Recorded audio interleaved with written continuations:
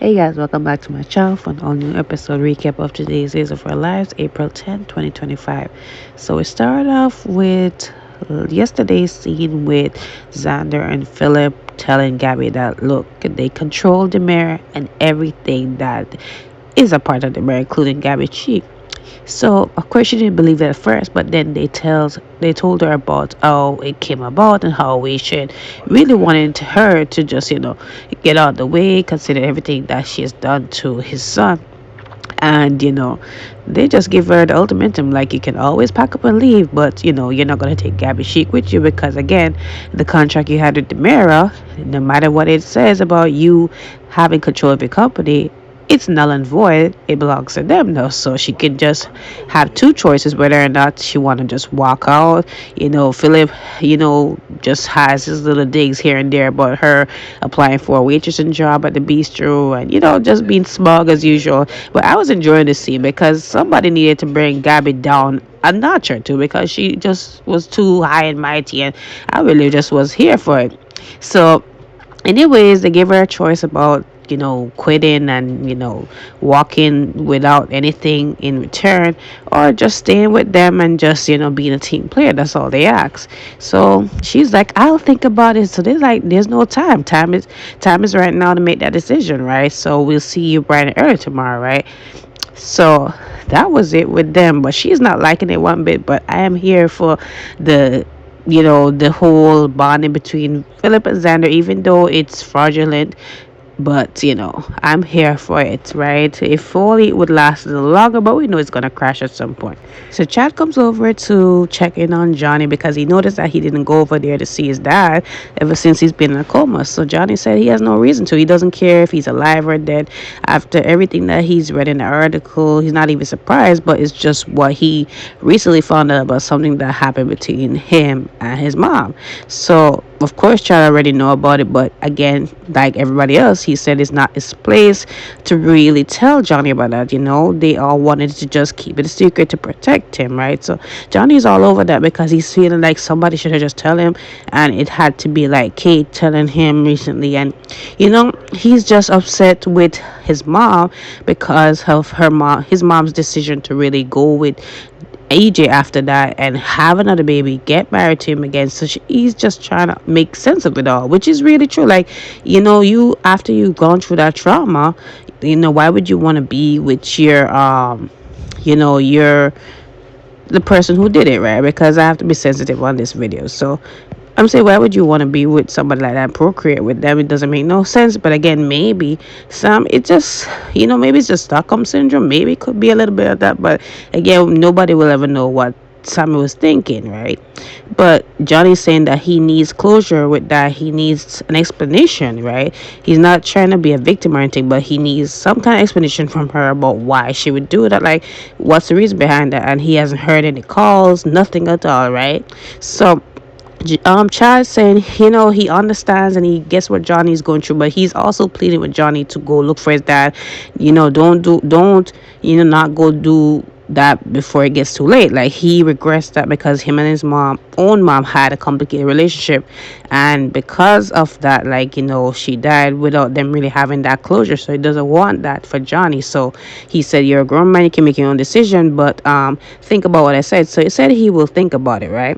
So anyways, go back to Sammy and Belle, which is always fun, right? Because these two have a really great love-hate relationship. So she came in when Belle was telling EJ that she actually loved him, which is no surprise there. So she comes in and she's like, to find out that my baby sister is in love with the father of my child. So she's like, Sammy, what you doing here? So she's like, I heard about him being shot, so I had to be here.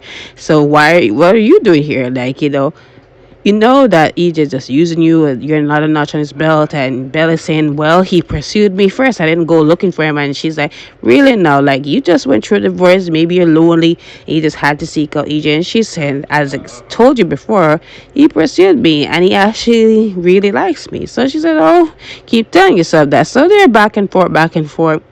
And she's like, for somebody who's over EJ and divorced him and wash your hands clean of him, it's surprising that you're still here and wondering, what he's doing with other people. So she's like, I don't really care. She's putting up a front, like, I don't really care who he sleeps with. It doesn't matter. You guys are grown.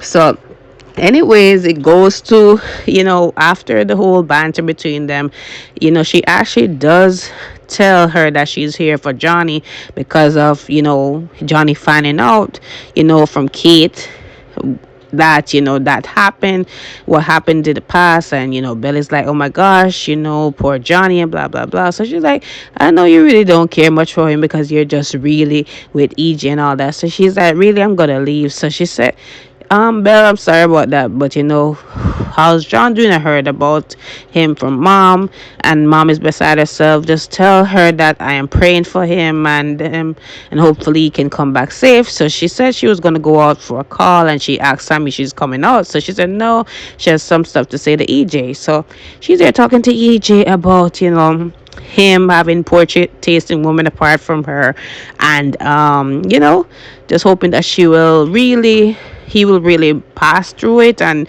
come out of this coma. A lot of people love him and all that, and you can tell she still has some kind of love for him, right?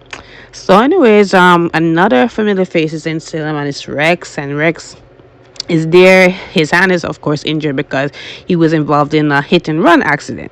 So it turns out it wasn't EJ behind it. Was some man that, random man that hit him off the road, and he came in to testify for the crime, or I guess, confess to the crime, I should say. And it turns out it wasn't EJ. So he's saying, see, you had nothing to worry about there. And she was like, how did you find out that I was worried about EJ hurting my children? So he's like, Philip told me. Why didn't you tell me? So she said, I thought it was just Philip that's going to be the direct target. That's why I didn't call you. But he's like, you don't have to worry about EJ then. So she said, I know I don't have to, right?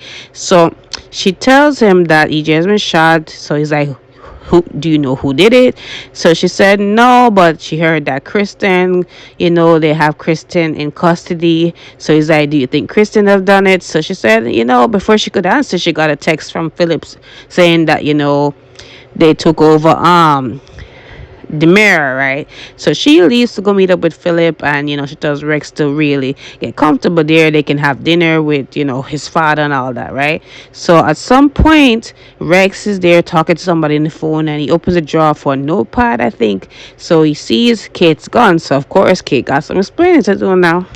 So I was also here living for this scene between Sarah and Alex, right? Because Alex is there doing the email, and he was telling her that things are blowing up because now Titan got control over the mayor. So she's like, really? I know that we're talking about it, but I didn't expect it to be this soon. So he's like, yeah, it all happened recently, right? So now Philip is gonna have control over two companies. So he's in there just trying to rub it into Sarah, right? Because he's not feeling lying to Xander, and he's not on board with all this. And he's like, you not only swept Stephanie into this, you swept me into this. I have to act like I'm the fool that, got cheated on. And Stephanie got to act like a cheater. And, this whole thing with Stephanie and Philip, like, I'm not comfortable with it. And she's like, look at the bigger picture. Like, they're getting along, and it's good for Titan for them to get along, and Victor would have liked it. So he's like, yeah, it's all good and dandy. But, like, when things fall down, it's going to be a whole big mess. And he's like, we had to be pretending because, it's gonna mess up your marriage if things go down. And it's like, it's messing up me and Stephanie's relationship and all that. Like, everybody else is getting affected, and Sarah doesn't think that way. And Xander, Alex feels the type of way because he's been there where he was once the heir of Titan and had to give it up. And he understands what Xander went through and all of that. And he went through that, being lied to as being the heir by Teresa, and, not believing what people said about her, and it being, leading to his demise with the whole thing. And it's a real sore topic for him. So he just doesn't feel comfortable hiding that from Xander, and she said she talked to Stephanie, and Stephanie said that you was going to be cool about it. So are you going to be cool about it? So it's like, as much as I detest this, I can't do nothing about it, because at the end of the day, people have to see Philip and Xander working together to steer the ship. And, there's nothing I can really do about it. So he just gives her the biggest side eye and just walks away. So back to Sammy and EJ as she's talking to him, and she's wondering how she's gonna talk to Johnny, explain what happened between them. He comes in and he's like, "Here's your chance," right? So that was where it ended with them. So Gabby's not liking the whole new arrangement, and Alex comes in. And Alex is like, "So I take it that you hear about the new development, right?" So she's like, "Your obnoxious cousin came in here, laying down the law. But let me tell you something, it's not gonna go well. Like many duets or groups, they always fall short, and sometimes somebody want to just take the solo route. So I would say keep your head down because it's just gonna go down. All the lies, the backstabbing, things like that tend to happen. So I would just, watch and see what's going on." So Alex said, Alex already know what's up. Like this lie could mess up things big time. But yeah, I mean, I know Stefano would definitely be rolling in his grave knowing that his beloved company that he worked hard for is to his biggest nemesis. And I know Victor would be smiling thinking about this, right? So this was a quick scene with Sarah and Xander. And Xander invited her out for a drink to celebrate their success. And she's like, "Congratulations are in order," with her fake stuff. Because I really can't stand Sarah already. And Xander is saying, "Yes, I know my dad would be proud of me. I just wish he could be here to see it all happen. And that was really that with them. So Philip is there talking to his dad's portrait about how he would be smiling at them right now for their success, and he's cheering to him. And Kate comes in, and Kate's like, "I know you would be proud of you as am I." So they're about to cheers, and another familiar face comes in, and it is Miss Vivian Alamein. So she's like, "Don't cheers without Ma, right?" So I'm here for this. Let's see what happens tomorrow. I hope that somehow, Vivian is the one to reveal the truth if they don't fall in line. But let's see. Kate said, "Oh, not to worry about Vivian." Yep, never to. But she has 9 lives because the amount of time she in jail and everything. But just like the other criminals, she always finds a way out. But that is it, guys. Don't forget to like, follow, and subscribe to my channel. Comment below your thoughts on today's episode. I will see you guys tomorrow.